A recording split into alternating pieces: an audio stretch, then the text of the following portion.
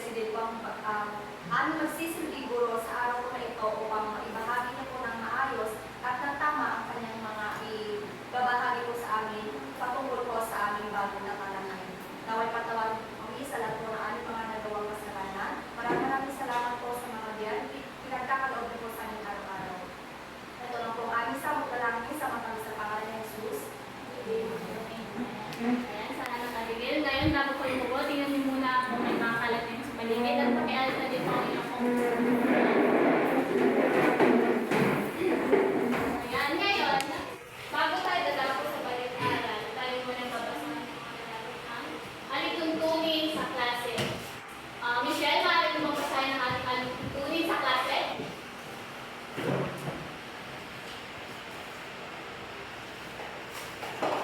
Umupo ng maayos at ihanda ang sarili para sa aralin. Iwasan ang maglalaro o paggawa ng ibang bagay na wala sa klase. Panatilihing tahimik ang paligid at makinig na mabuti sa guro habang nagbibigay ng paluto o kaunang paliwanag.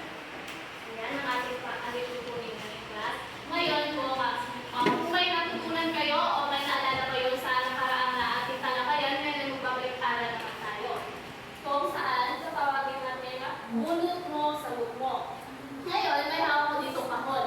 Dito kahon na to ay ang naglalaman ng inyong pangalan. Kung sino ang aking mabubunot ang siyang mabubunot sa papel, mamaya at siya din ang sasagot. Ngayon, bubunot sa ako. Wala akong pinipigan ko.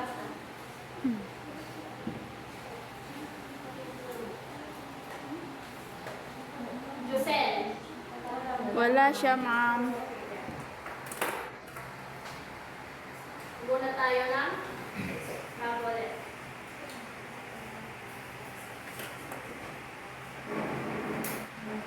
Ate Rose Ann. Siya. Krisha.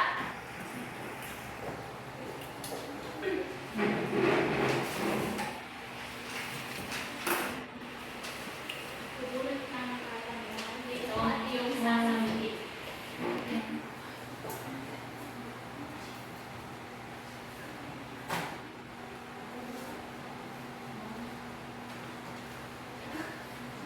Ano naman ang tatlong kaantasan ng pang-uwi? Mametot yung lantay, pahambing, at pasukdol po. Kaya maaari ka bang pumunod ang susunod na sasabihin? Rose and Fruit. Wala po. Abigail. Abigail? Maaari ka bang pumunod?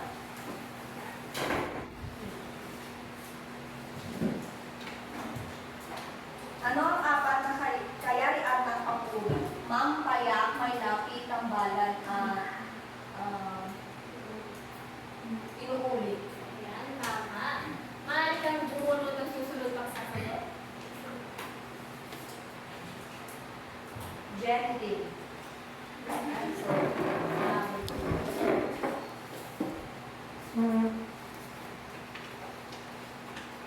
Ano ang pang-uwi? Mga salitang naglalarawan sa tao, bagay o lugar. Ayan, napakahusay. Ngayon, nagbubulat ko ulit. At siyang susunod sasagot. Laika. Diba?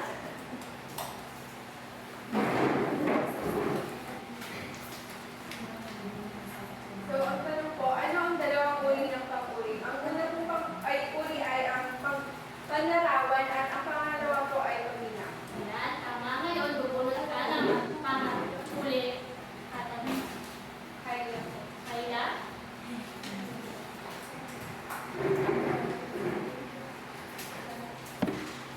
Ibigay ang tatlong kailanan ng pang-uri. Isahan, dalawahan, at maramihan. Ayan, tama. Ngayon, nagdadapot naman tayo sa paunang aktibidad. Kung saan tatawagin natin hulaan. Krisha, maaaring mo pagpasahin ng ating Panginoon. Basahin ang kahulugan sa bawat bilang. Sulat ang tamang salita o termino na tinutukoy nito. Ayan. Ngayon,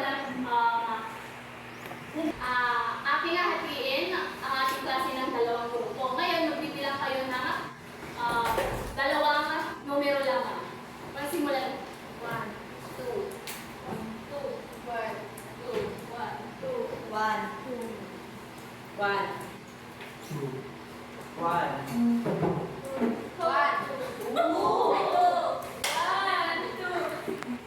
Ngayon, pumunta na kayo sa inyo.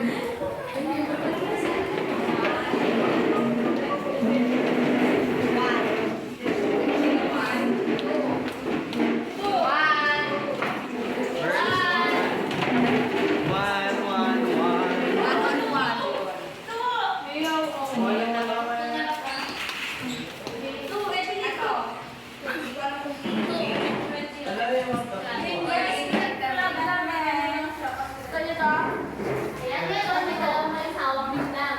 Ngayon, itataas nila ang mga flag sa pamamagitan ng pagkilas ng tatlo at musika. Una makakataas ng flag ang siyang bibili ng numero dito at kanyang sasagutan ng mga handang matanungan. Handa na ba kayo, class? Okay, ngayon magsisimula na ako. Isa, dalawa, tatlo!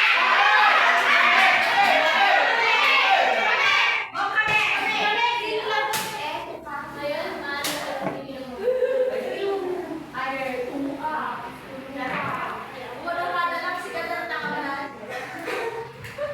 O, dyan ka na.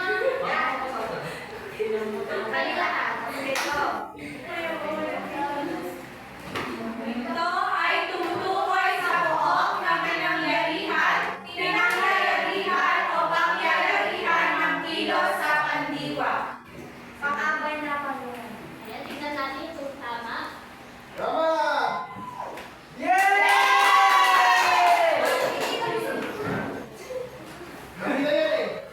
Ngayon, bago naman tayo sa paggawa. Handa na ba, class? Isa, dalawa, tatlo!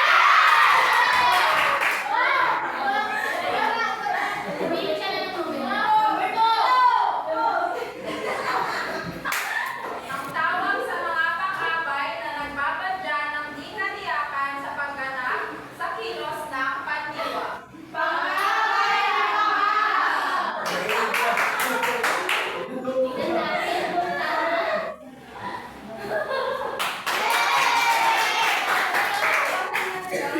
Okay. Isa, dalawa,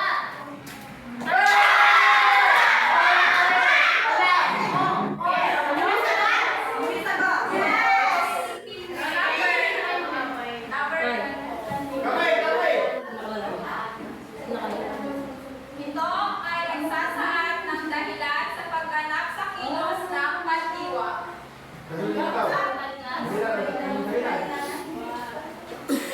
pang-abay na kausap. Isa dito! Isa dito! Ayan, tingnan natin.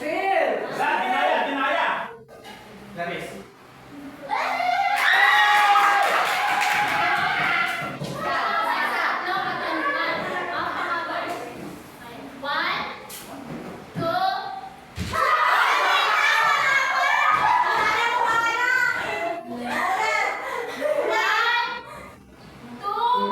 three! Yan, number 5. Oh, bato-bato ako sa five. Basahin na. Ito ay nagsasaad ng benepisyo para sa isang tao dahil sa pagganap sa kilos ng pandiwa o layunin ng kilos ng pandiwa.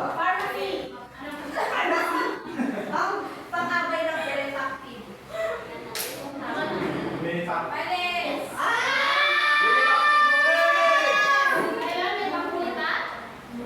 Isa, dalawa,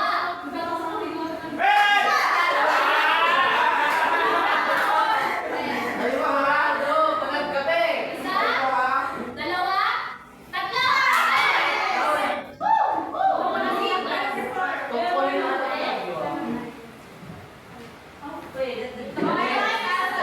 Pagsangayon na siya sa ganitong pang-abay ay oo, opo, tunay, talaga, at iba pa. Pang-abay na pangayon. Alas 3. Ano? Ngayon? Last 2, tapos may dalawa pa mamaya. Patuloy na yung fight. We are the winners. Ano?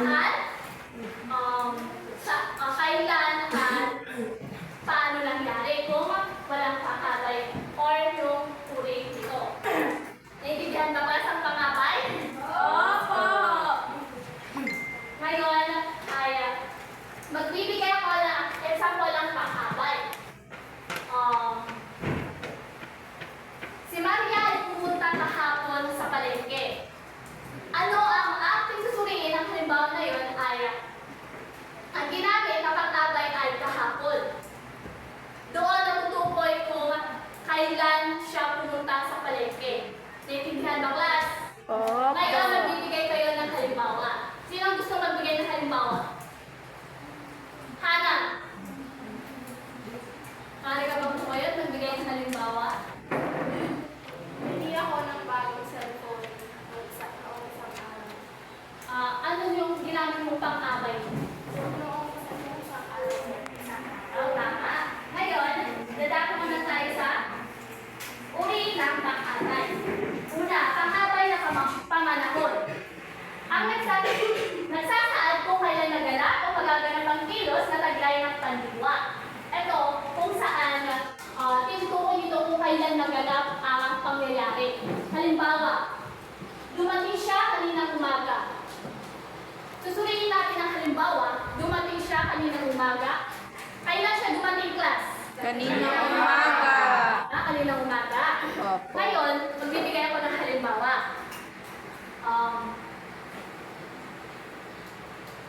Pumunta ako kanina sa palengke. Ang ginamit ko doon kanina. Kumbaga, natukoy kung kailan ako pumunta sa palengke. Tama ba, class? Ngayon, magbibigay naman kayo ng halimbawa na pang-abay na pamanahon. Sino ba ang gusto magbigay ng halimbawa? Jimbel? Nahanap si Aling Maria kaninang madaling araw. Saan ang ginamit ng pang-abay na pamanahon? Kaninang madaling araw. Ayan, kaninang madaling araw, mahusay. Ngayon, dadako naman tayo sa dalawang bahagi na pang-abay na pamanahon. Pamanahong may pananda, ito ay ginagamitan ng tuwing sa noon, bago, pagkatapos, hapa. Ito naman ay yung nagsasaad ng tiyak, hindi tiyak, or hindi tiyak na panahon. Tulad naman ng, ito, tuwing, sa, noon, bago, pagkatapos, hapa. Halimbawa, tuwing Pasko ay nagtipon-tipon silang mag-anak. Ngayon, ang ginamit pamanahong may pananda ay tuwing. Naiintindihan ba, class? Opo. Naiintindihan po ba, class? Opo. Yan. Ngayon, magbibigay naman ako ng halimbawa. Tuwing kaarawan ni tita tuwing kaarawan ni tita kami dumadalo. Ngayon, saan yung pamanahong may pananda? Yan, tama. Ngayon, din maaari ka bang magbigay ng halimbawa ng pamanahong may pananda? Habang kami ay nagbabiyahe, ay nagsusuka si Tracy. Saan ang ginamit ng pamanahong may pananda? Haba. Haba. Tama. Ngayon, nadadako naman tayo sa pangalawa. Pamanahong walang pananda. Ito naman yung simpleng salita lang na nagsasaad ng panahon. Kagaya na, gayon, noon, mamaya, bukas, sandali, kahapon. Halimbawa, manonood kami bukas ng pambansang tatakhalang dulang Pilipino sa CCP. Ang ginamit dito na pamanahong walang pananda, bukas. Naiintindihan ba, class? Kaya magbibigay ako ng halimbawa. Manonood kami mamaya sa sine. Ang ginamit kong pamanahong walang pananda, mamaya. Naiintindihan? Ngayon, Roseanne, maaari ka bang magbigay ng halimbawa ng pamanahong walang pananda? Magkasama kami kahapon. Ano yung ginamit mong pamanahong walang pananda? Kahapon po. Ano, husay. Ngayon, dadako naman tayo sa pang-abay na pandulan. Ito ay tumutukoy sa poong na pinangyayarihan o pangyayarihan ng kilos sa pandiwa. Ito naman ay tinutukoy nito kung saan poong pinangyarihan o pinangyayarihan ng isang sitwasyon. Halimbawa, maraming masasarap na ulam ang itinitinda sa kantina. Saan? Kantina. Kantina, tama. Magbibigay pa kami sa halimbawa. Pumunta kami sa parke kahapon. Saan yung ginamit ko pang-abay na pandulan? Parke. Ngayon, Grisha, maaari ka bang tumayo at magbigay ng halimbawa ng pang-abay na pandulan? Kami ay mamamalengke mamaya. Ano yung ginamit? Sa palengke po yung pangabay naman. Hoy.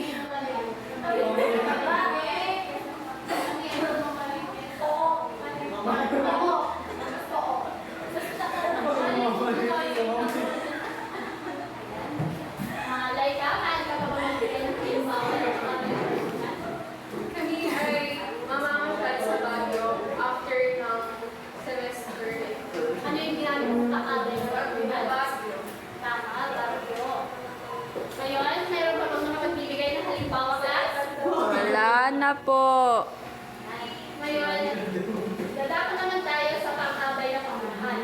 Ito ay naglalarawan kung paano nagaganap o magaganap ang kilos na ipinahayag ng pandiwa o ng isang kayayan hango sa pandiwa. Ito naman ay tinutukoy nito, pinapakita kung paano naganap ang isang sitwasyon. Halimbawa, natulog siya ng patagilid. Paano siya natulog, class? Patagilid. Tama. Tumakbo siya ng mabilis. Ano yung mapangabay ng mga Mabilis. Ngayon, kaya maaari ka bang magbigay ng halimbawa? Tayo po. Yes. Naglakad siya ng mabilis sa kalsada. Ha? Ano yung pang-abay na ginamit mo? Lahat ba kayo? Mabilis. Tama. Kung paano siya tumakbo, di ba? Mabilis tama. Hana? Naglakad siya ng patay.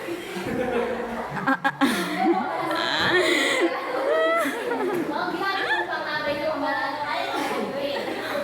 Naiintindihan ba, class? Naiintindihan niyo ba ang pang-abay na pamanahon, pang-abay na panunan, at pang-abay na pamaraan? Opo. Husay. Ngayon, dadako tayo sa pang-abay na pang-abay. Ang tawag sa mga pang-abay na nagbabadya ng di katiyakan sa pagganap sa kilos ng pandiwa. Ito naman ay ang pang-abay na pang-agaw, ito yung hindi siya sigurado, hindi siya tiyak sa sitwasyon o kilos. Halimbawa, marahil ay darating siya mamaya. Ginamitan siya ng marahil dahil hindi siya sigurado kung dadating pa siya. Tama ba, class? Opo. Yan. Ngayon, baka hindi siya matutuloy mamaya. Ginamitan ko siya ng baka kasi hindi naman ako sigurado kung matutuloy siya. Ngayon, class, di silid, maaari ka bang magbigay ng halimbawa ng pang-abay na pang-abay?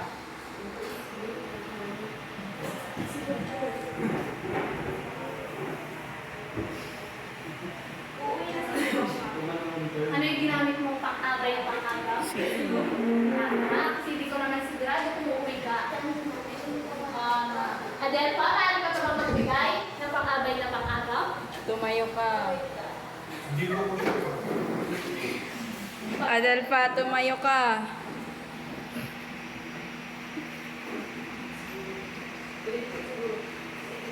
Maaaring siyang gawa ng taong sa pagbaka, marahil, siguro, pila.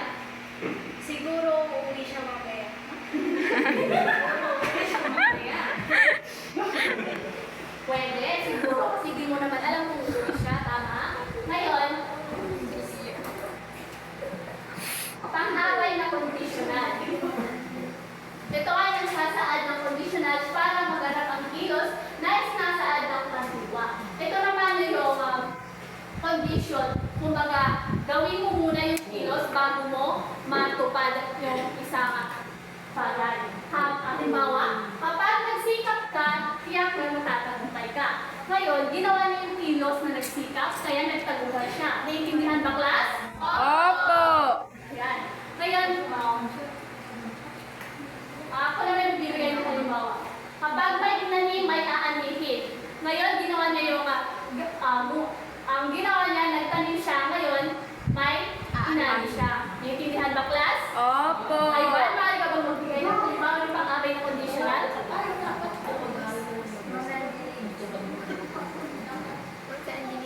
Kung nag-aaral ka ng maayos, matutupad mo ang pangarap. Tama. Ngayon, Jenny, maaari ka ba bang magbigay ng pang-abay na conditional? Wala na ba? Kung wala na, pero ba, naiintindihan niyo ba ang pang-abay na conditional? Opo. Yan. Ngayon, dadako naman tayo sa pang-abay na panang-ayon. Ito naman ay nagsasaad ng pagsang-ayon. Ang ilan sa ganito ang pang-abay ay oo, opo, tunay talaga. At iba pa. Ito naman ay kung saan sinasakayunan mo isang sitwasyon o isang sitwasyon. Halimbawa nila,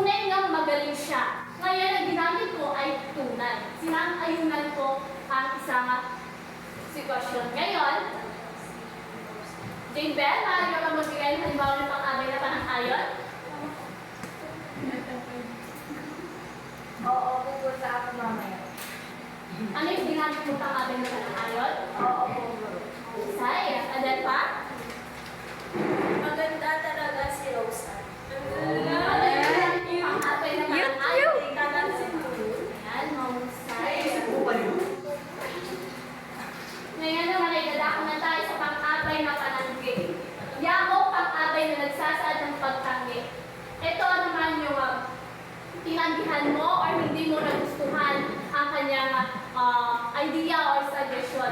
Halimbawa, hindi ako papayag sa inyong mungkahi. Ang ginamit hindi dahil ayaw niya yung kanyang mungkahi. Naintindihan ba, class? Opo. Kasi kumakain. Ayun. Hindi ako sasama mamaya. Ang ginamit ko, hindi. Dahil tinatanggihan ko yung offer niya sa akin na sasama ako sa kanya. Kaya, ang sinagot ko, hindi. Naintindihan ba, class? Naintindihan ba, class? Opo! Trisha, maaari ka bang magbigay ng halimbawa ng pang-abay na palanggit? Ito naman ay hindi mo gusto. Hindi na ako pupunta ng Maynila. Hindi. Hindi na ako pupunta ng Maynila. Kasi, Tama, hindi. Ayaw mo. Abi? Hindi ako sang-ayon sa iyong opinion. Ano yung ginamit mo pang-abay na palanggit? Hindi